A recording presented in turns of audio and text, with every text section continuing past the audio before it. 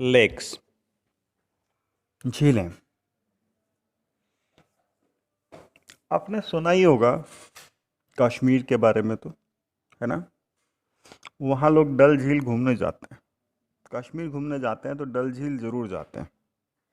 डल झील में हमने सुना है हाउस बोट्स होते हैं, शिकारा होते हैं। वहाँ पे घूमने के लिए बहुत लोग उत्सुक रहते हैं। हज़ारों टूरिस्ट हर साल वहाँ पर घूमने आते हैं देश विदेश से। ये जो डल झील है, इसी की तरह और बहुत सारी झीलें हैं जिनकी वजह से उन झीलों पे घूमने आते हैं लोग और यात्री उस शहर की अर्थव्यवस्था में योगदान देते हैं। बहुत सारी झीलें हैं जिन्होंने जो शहर उनके बराबर में बसे हुए हैं उसकी अर्थव्यवस्था में मुख्य योगदान दिया है। झील है क्या? झील एक वाटर बॉडी है। वाटर बॉडी यानी जल निकाय, जहाँ पानी इकट्ठा हुआ रहता है। एक ऐसी जगह, एक ऐसी थोड़ी सी गहरी जगह पृथ्वी की सरफेस के ऊपर जहाँ पानी जमा हो जाता है और ये पानी के चारों तरफ ज़मीन होती है। इसे हम लेक कहते हैं। इस पूरी व्यवस्था को हम लेक यानी झील कहते हैं। यहाँ लोग घूमने आते हैं, लेक पर बोटिंग करते हैं, स्विमिंग करते हैं, दूसरे गेम्स खेलते हैं। बहुत सारी झीलें हमने देखा श्रीनगर, नैनीताल और दूसरे टूरिस्ट प्लेसेस पर ये झीलें हैं और उस प्लेस को बहुत ज़्यादा अट्रैक्टिव बनाने में अपना योगदान देती हैं। मनुष्य के लिए ये दूसरे तरीक़ों से भी बहुत लाभकारी हैं। इंडिया में बहुत सारी लेक हैं। ज़्यादातर फ्रेश वाटर लेक जो हैं हमारी, वो हिमालयन रीजन में हैं। वे एक दूसरे से अलग हैं साइज़ में और अपनी कैरेक्टरिस्टिक्स में। सारी झीलें आपस में अलग होती हैं। ऐसा नहीं कि सभी झील मतलब सभी एक सी हैं। ज़्यादातर जो झीलें हैं वो परमानेंट हैं। केवल कुछ झीलें ऐसी हैं जो केवल बरसात के मौसम में ही उनमें पानी भर जाता है, बाकी समय ड्राई सीजन में वो सूख जाती हैं। जो शुष्क क्षेत्र है, जो सूखा वाला क्षेत्र है, वहाँ पर जो ड्रेनेज बेस और शुष्क जो ड्रेनेज बेसिन है वहाँ पर ऐसी झीलें भी पाई जाती हैं। कुछ दूसरी झीलें हैं जिनका निर्माण जो हुआ है वो ग्लेशियर्स के द्वारा हुआ है। ऊपर जैसे पहाड़ों पर हिमनद होते हैं, मतलब बर्फ़ खिसकती रहती है नीचे को, नदी की तरह। जैसे नदी में पानी चलता है ना, तो वहाँ पर बर्फ़ चलती रहती है, तो वो उसे हम ग्लेशियर बोलते हैं। हिमनद, हिम की नदी। तो जो ग्लेशियर होता है बच्चों, उस ग्लेशियर की वजह से, ग्लेशियर चूँकि अपनी जमीन, जहाँ जिस ज़मीन पे चल रहा है उस ज़मीन पे नीचे की तरफ दबाव तो डालेगा, उसमें वजन तो होता है ना बर्फ़ में, तो वहाँ पे घिसावट बहुत होती है। तो वहाँ पर कई बार झील बन जाती है निचले इलाके में, और बाद में उसमें पानी भरने के बाद में रिवर एक्शन से और ह्यूमन एक्टिविटीज़ से भी वहाँ पर झीलों का निर्माण होता है। एक meandering river across a flood plain forms cut-offs। देखिए, एक meandering river जो होती है ना, जो घूमती फिरती लहराती हुई सी नदी चलती है किसी क्षेत्र में, कई बार उसका वो जो लहराने वाला जो एरिया होता है जहाँ पर वो बड़ी तेज़ी से घूमती है, वो कई बार चट्टान को काटकर सीधा रास्ता भी बना लेती है। तो जिस एरिया से वो घूम के जा रही थी, जहाँ से पहले उसने कटान किया था, उस जगह फिर भी पानी भरा रहता है। उसे हम ओक्सबो लेक कहते हैं, ओक्सबो लेक कहते हैं।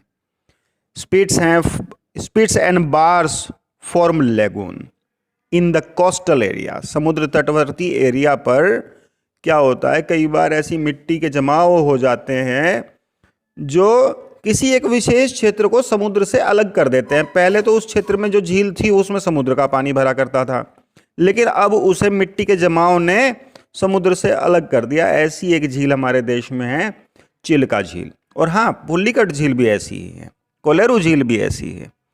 चिल्का झील उड़ीसा में है, जो लार्ज लेगून का बहुत एक लार्ज लेगून है, और ये ग्रेजुअली ये कटती जा रही है मेन सी से और धीरे धीरे बहुत दूर हो जाएगी कुछ हजार सालों में।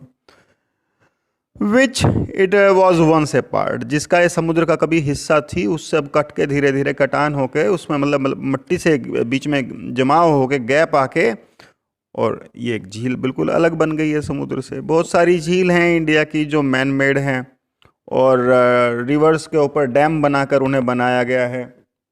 लेक्स हैं inland, lakes of inland drainage are in Rajasthan, या sorry the lakes of inland drainage are sometimes seasonal. कई बार वे जो इस तरह की जो झीलें होती हैं ये सीजनल होती हैं, जैसे सांबर झील है, इनलैंड जो ड्रेनेज होता है जहाँ पर, वहाँ पर सांबर झील है राजस्थान के अंदर। और ये एक साल्ट वाटर लेक है, यहाँ पानी जो है इस्तेमाल किया जाता है साल्ट बनाने के लिए। ज़्यादातर जो फ्रेश वाटर लेक्स हैं ना वो हिमालयन रीजन में है हमारे देश में, और इनका जो निर्माण हुआ है वो ग्लेशियर्स के द्वारा हुआ है। और हमने जैसे भी बताया आपको, ग्लेशियर्स जो है वो गहरा कटान करते हैं तब इन झीलों का निर्माण होता है।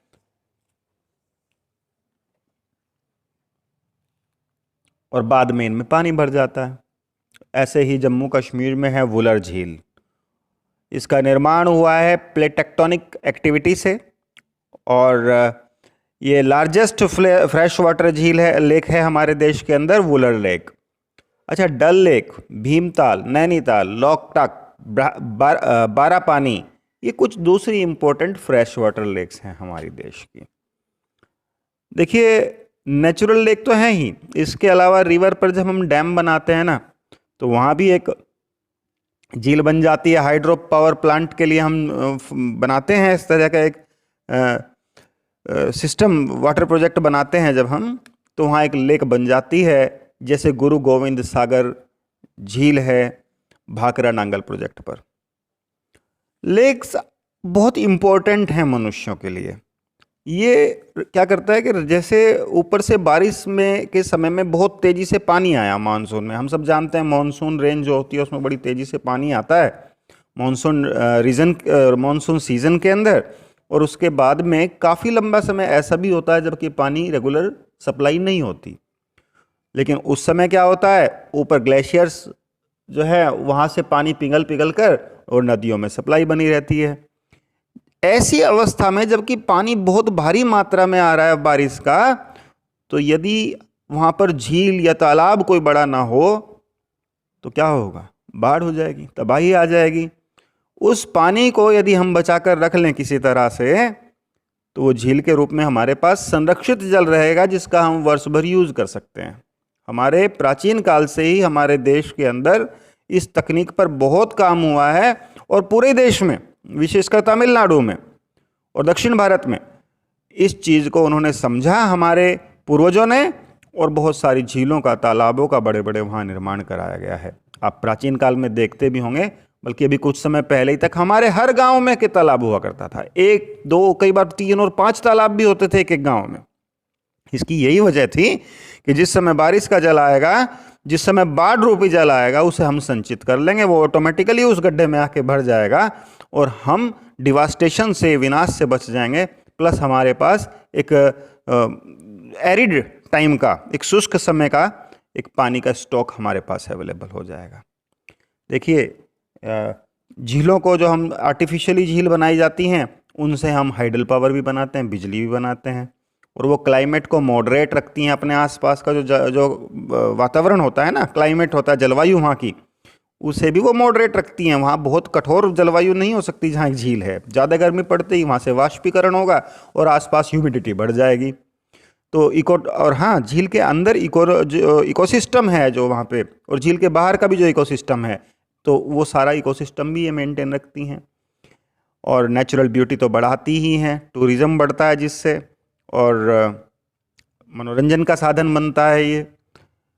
इस तरह से हम देखते हैं झील हमारे लिए बहुत इम्पोर्टेंट हैं, और इसकी सबसे बड़ी जो इम्पोर्टेंस है झीलों की वो ये है मेरे बच्चों कि ये अंडरग्राउंड वाटर टेबल को बढ़ाती हैं। जो झील के अंदर से जो पानी का रिसाव होकर ज़मीन में जाता है, उससे अंडरग्राउंड वाटर टेबल बढ़ जाता है, जल स्तर भूमि का जल बढ़ जाता है, जिससे हमें पानी की उपलब्धि ऑफ सीजन में, पानी के ऑफ सीजन में सिंचाई वगैरह के लिए हो जाती है। Role of rivers in economy. अब हम देखते हैं रिवर्स का क्या इम्पोर्टेंस है एक अर्थव्यवस्था में। देखिए, रिवर केवल अर्थव्यवस्था ही नहीं, समाज, संस्कृति, धर्म, हर चीज़ से हमने जोड़ा है रिवर्स को। रिवर्स को हम पूजते हैं। रिवर्स हमारी, हमने कहा है गंगा हमारी माता है, यमुना हमारी माता है। क्यों क्यों हमने गंगा को पवित्र कहा, क्यों हमने नदियों को पवित्र कहा, क्यों उन्हें पूजा? क्योंकि रिवर बेसिक इंपॉर्टेंस है लाइफ के लिए। ह्यूमन हिस्ट्री में हमने देखा है पानी बेसिक नेसेसिटी है, और यदि पानी ही नहीं होगा तो कोई भी ह्यूमन एक्टिविटी नहीं हो पाएगी। रिवर बैंक्स ने हमेशा मनुष्यों को प्राचीन काल से अट्रैक्ट किया है। जितनी भी बस्तियां आज आप देखते हो, वो सारी की सारी बस्तियां नदियों के किनारे, नदियों के तटों पर बसी हैं। और आज जो भी बड़े बड़े शहर आप देख रहे हैं, वो सभी नदी, किसी न किसी नदी के किनारे बसे हैं। जैसे दिल्ली गंगा के किनारे है, कलकत्ता हुगली के किनारे है, बॉम्बे भी समुद्र तट के किनारे है। मतलब वाटर बॉडी के किनारे होना पहली नेसेसिटी है। देखिए, और रिवर्स चूंकि प्योर वाटर सोर्स है, तो वो पीने के लिए भी उसका पानी उपयोग किया जा सकता है शहर में, तो इसलिए उसके किनारे शहरों का बहुत विकास हुआ है। इरिगेशन पर्पज़ से, नेविगेशन पर्पज़ से, हाइड्रो पावर जनरेशन पर्पज़ से रिवर्स की बहुत महत्ता है हमारे देश में, विशेषकर जहाँ पे एग्रीकल्चर बेस्ड इकोनॉमी हमारी है, हमारे आजीविका का साधन है एग्रीकल्चर, वहाँ पर मेजॉरिटी ऑफ पॉपुलेशन का लाभ होगा यदि हम अपनी रिवर्स को संरक्षित रखें। रिवर्स हमारे लिए बहुत बहुत इम्पोर्टेंट है। रिवर पॉल्यूशन, पिछले कुछ समय में यह समस्या बढ़ती जा रही है। चूँकि देखिए, बस्तियां हमारी बढ़ती जा रही हैं, बड़े बड़े शहर डेवलप हो गए हैं, हमारी जो घरेलू मांग है पानी की वो बढ़ रही है, म्यूनिसिपल डिमांड बढ़ रही है, इंडस्ट्रियल और एग्रीकल्चर डिमांड ऑफ वाटर बढ़ रही है, जिससे कि क्वालिटी ऑफ वाटर पर नेचुरली इफेक्ट आना ही था। और उससे भी बुरी बात, देखिए क्या हुआ है, हमारा जो पानी को इस्तेमाल करने का, जो यूज़ करने का जो पानी को हमारा ढंग है, वो भी बदला है। उसने पानी को, वाटर बॉडीज़ के ऊपर बहुत नेगेटिव इम्पैक्ट डाला है। प्राचीन काल में कोई भी नाले नदियों में छोड़ना बैन था। आप यदि शौच भी जाएंगे तो शौच जाकर आप बहते हुए पानी में आप शौच के हाथ नहीं धो सकते। इस तरह के कानून हमारी संस्कृति में बनाए गए थे ऋषि मुनियों के द्वारा, जिन्हें अब तोड़ा जा चुका है। Heavy load of untreated sewage water और industrial effluents are emptied into the rivers. जो नदियों में बहाकर, जो नालों में बहाकर बहुत भारी कचरा जो निकला होता है इंडस्ट्री से, इंडस्ट्री का जो बचा कुचा मैला जल और कचरा, जो केमिकल्स, वो सारे के सारे नालों के थ्रू रिवर्स के अंदर डाले जा रहे हैं। इससे केवल पानी quality of water he disturb नहीं हो रहा है, इससे जो नदी की सेल्फ क्लीनिंग कैपेसिटी है वो भी डिस्टर्ब हो रही है, वो ख़त्म हो चुकी है लगभग। और जिसकी वजह से रिवर का जो नेचुरल एक्वेटिक स्ट्रीम फ्लो था, वहाँ पर जो एक जल के बहने की अपना जो व्यवस्था थी, वो एक सेल्फ क्लीनिंग कैपेसिटी थी नदी की, वाटर क्वालिटी, ये सब खत्म हो चुकी है, खराब हो चुकी है।